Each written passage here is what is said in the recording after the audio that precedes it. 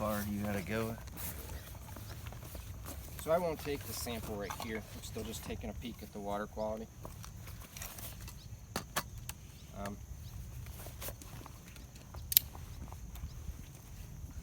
So you got to wander out a little bit? Yeah, so they have the state provided a methodology for how to do the sampling, and we follow that pretty closely. And it's basically, it runs 3 transects.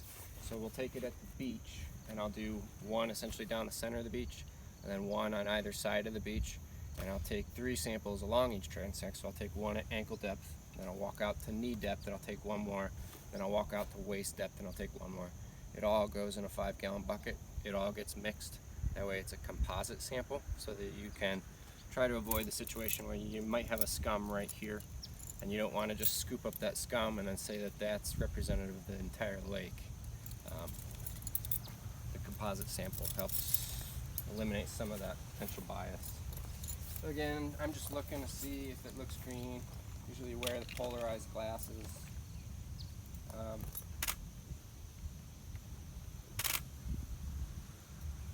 Yeah, it's about the same at the other 2 spots I checked. So, you know, clarity's maybe 1 to 2 feet, and it's got that kind of brownish greenish look that it often has.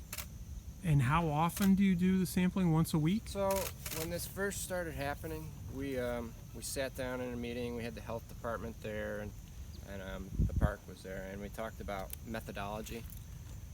In the past, we had just come out when people called and told us that the water looked really green, and we sampled it.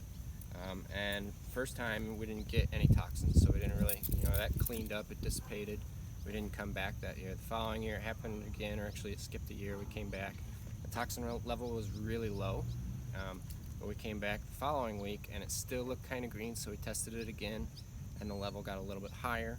And that kind of went on through the summer. It kept getting just a little bit higher, but really not in dangerous levels at all until late in the year, kind of around this time, late August and September, and then we started to see the levels get above the thresholds for when they have us post advisories.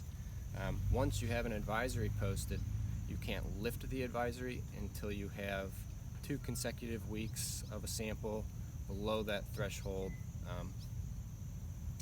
collected. And so we got into this habit of kind of doing weekly testing now, because the last couple of years the toxin levels have been pretty high right off the bat.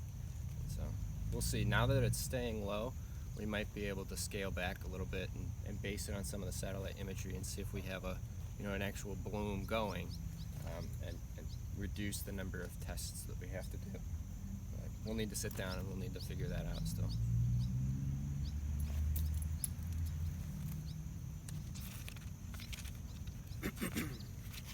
So you just write your observations down? Yeah, it's this part of it's pretty anecdotal.